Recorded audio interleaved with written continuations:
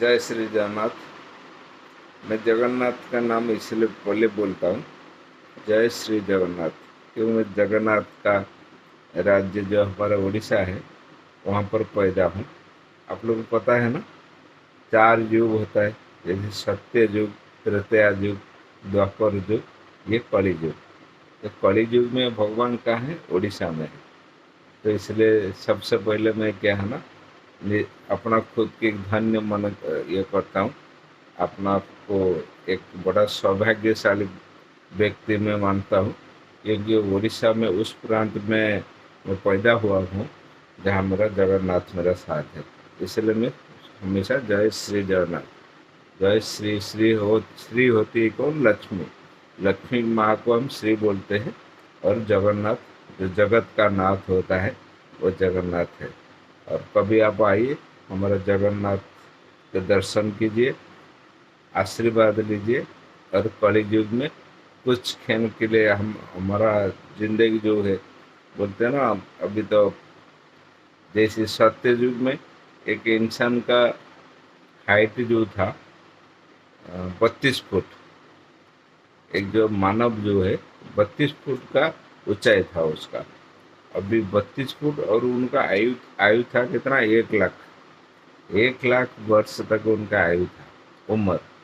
1 लाख से फिर जो सत्य युग से उसने त्रेता युग में आया। त्रेता युग में क्या कौन होता है?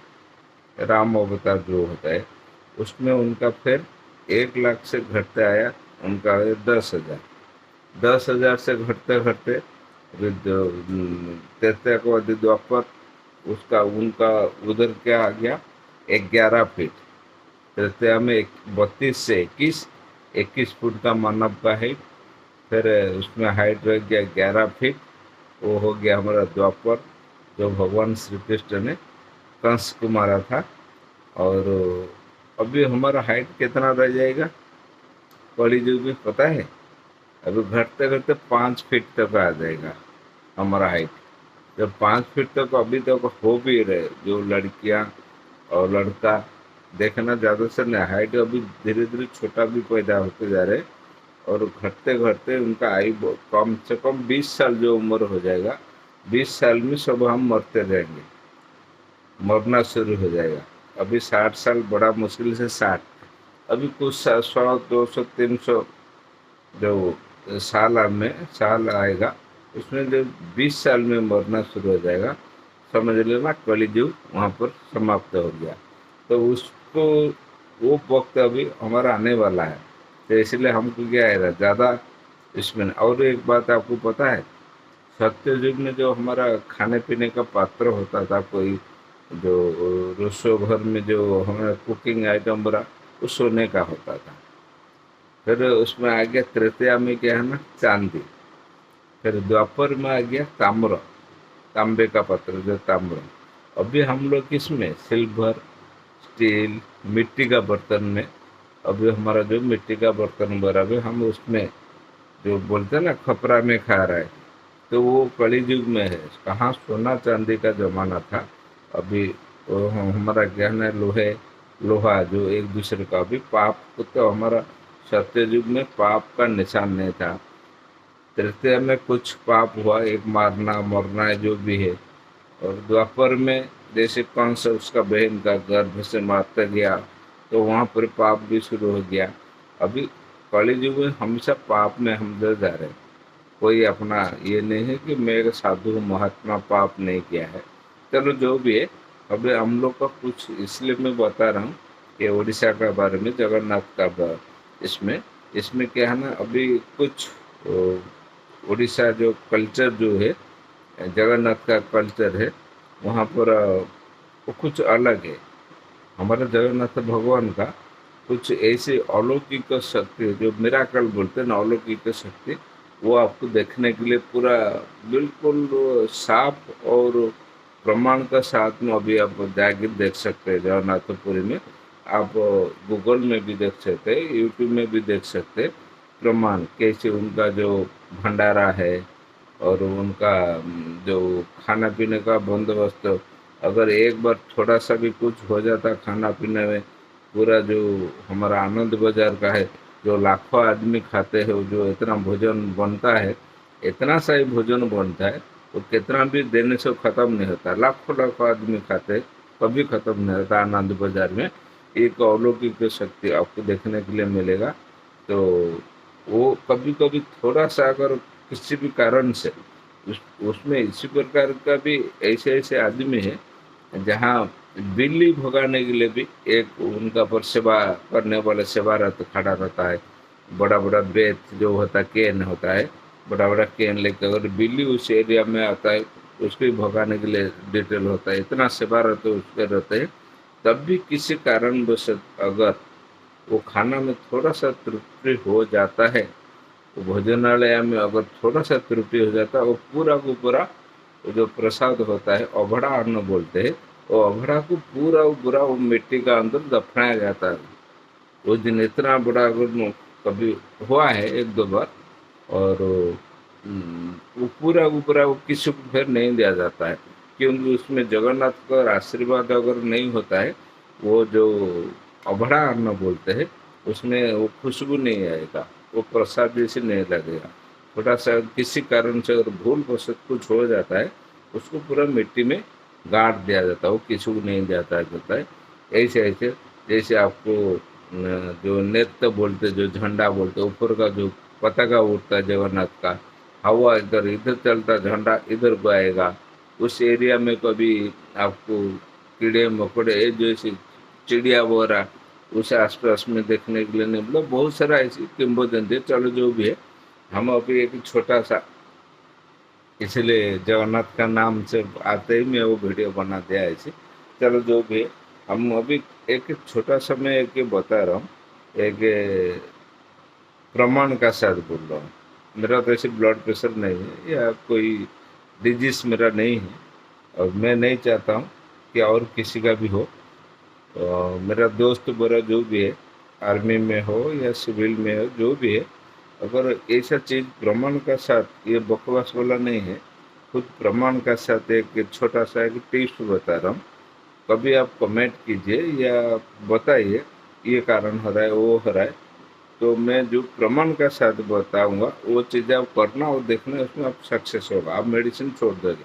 लाइफ में मेडिसिन तो मैं लिया नहीं, ऐसे खुदा ना खास्ता कोई ज़रूरत पड़ जाए, कभी किसी को ऐसे नहीं होना चाहिए कि मेडिसिन खाए, ये करे वो करे। तो हम ज़्यादा से ज़्यादा आयुर्वेदिक का ऊपर में निर्भर करता हूँ। जैसे सुबह उठना, कुछ कच्चा जो पत्ता हो जाता है, ऐसे अमरूद का पत्ता हो गया, नीम का पत्ता हो गया, या कच्चा हल्दी हो गया, ऐसा ऐसे एंटीबायोटिक हमारे पास है, तो हमको वो उसमें से सब ठीक हो सकता है। चलो जो भी है, एक जीभ होता है, ये ये जीभ, इसमें बहुत सारा हम अपना आप को ठीक कर सकते हैं।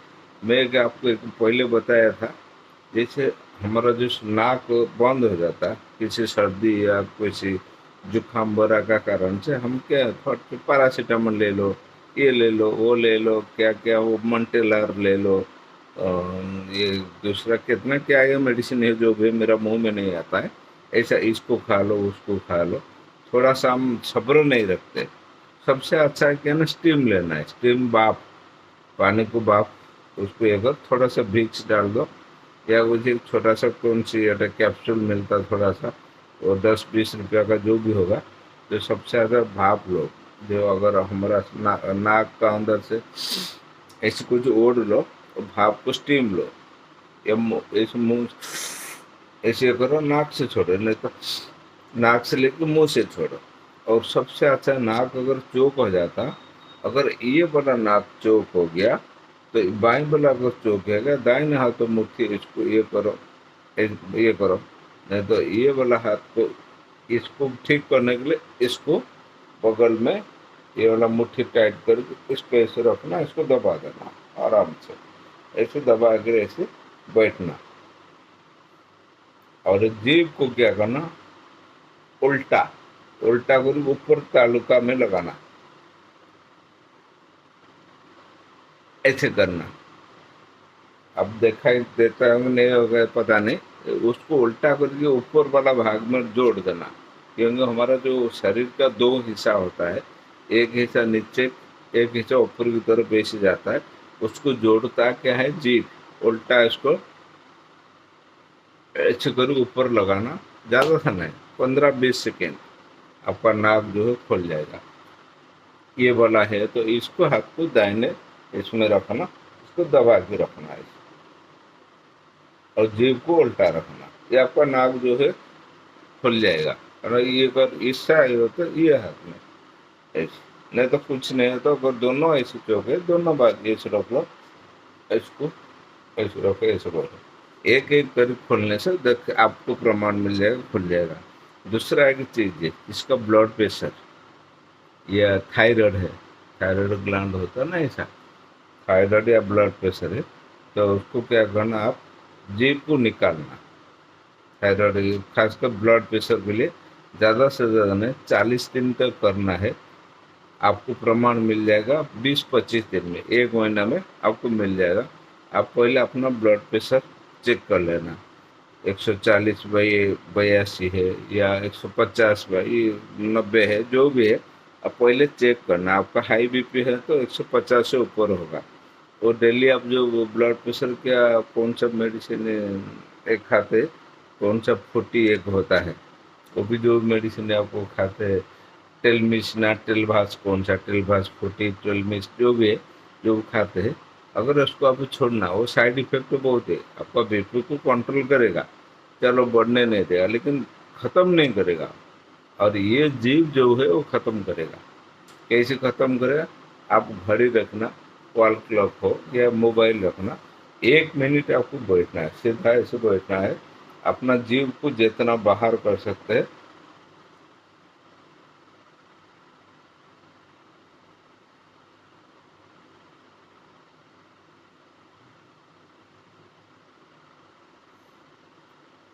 1 मिनट डेली आप इसको बैठना है। पूरा जीव जो होता है आपका जुबान, वो जुबान को बाहर निकालना है। आपका चाहे लाल गिरते रहे, कुछ भी करो, दोबारा इसको अंदर नहीं करना। 1 मिनट जो हो जाएगा तब उसको अंदर कर देना। टाइम देख के 1 मिनट आप अपना जुबान को बाहर निकालना, जितना लंबा खींच सकते हो, पूरा को पूरा जुबान।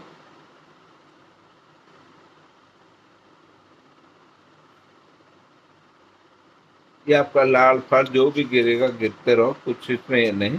डेली आपको 1 मिनट करना, करेक्ट 25 दिन या 30 दिन का बाद फिर ब्लड प्रेशर आप चेक करना। आप चाहे डेली मशीन से चेक कर सकते हैं, 1 हफ्ता के बाद आपका शुरू हो जाएगा लो होना, जो हाई ब्लड प्रेशर जिसका हाई है वो कंट्रोल में आ जाएगा। तो आप मेडिसिन लो, उसका बाद फेंक देना। आप इसको करते वक्त 4 दिन का बाद 1 दिन छोड़ना, 1 दिन खाना, 1 दिन मतलब ब्लड प्रेशर जो टेल मिस टेल बास जो भी है इसको खाना, फिर छोड़ना 1 दिन, फिर 1 हफ्ता का बाद फिर 2 दिन छोड़ना, तीसरे हफ्ते के बाद से 4 दिन छोड़ देना, नहीं तो 1 हफ्ता छोड़ देना। ये सब छोड़ते छोड़ते जैसे आपका 1 महीना हो जाएगा, तब देखना आपका मेडिसिन भी छूट जाएगा और ये वाला एक्सरसाइज कुछ नहीं, फिर बैठना है कभी भी, सुबह हो शाम हो, जब भी है अपना जुबान बिल्कुल शांत दिमाग से, घड़ी का सुई देखना, टिक टिक टिक टिक ऐसे करते करते 1 मिनट हो जाएगा। तब आप इसमें सांस बंद नहीं करना, आप इसको आराम से बैठ के फिर अपना जुबान को बाहर निकालना। इसमें आपका ये जो थायराइड है और ब्लड प्रेशर है बिल्कुल गायब। इसको चेक करना, जिसका है इसमें कोई, मैं नहीं बोल रहा मेडिसिन आप छोड़ दो, मेडिसिन खाना 1 दिन 2 दिन ऐसे, इसको 1 हफ्ता करने के बाद धीरे धीरे धीरे धीरे मेडिसिन गैप करके खाना। जैसे महीना ख़त्म हो जाएगा आप देखना, ब्लड प्रेशर चेकअप भी करते रहना, ये कम होते रह जाए नहीं। लेकिन मेरा ये आजमाया हुआ है, दूसरा का ऊपर में आजमाया, तब इसने मैं शुरू कर दिया हूँ। और मैं चाहता हूँ ये सभी को आप भी शेयर कीजिए। अगर हम स्वस्थ रहेंगे तो हमारा परिवार स्वस्थ रहेगा। दूसरा का भला करो, खुद का ही भला होगा। जय श्री जगन्नाथ।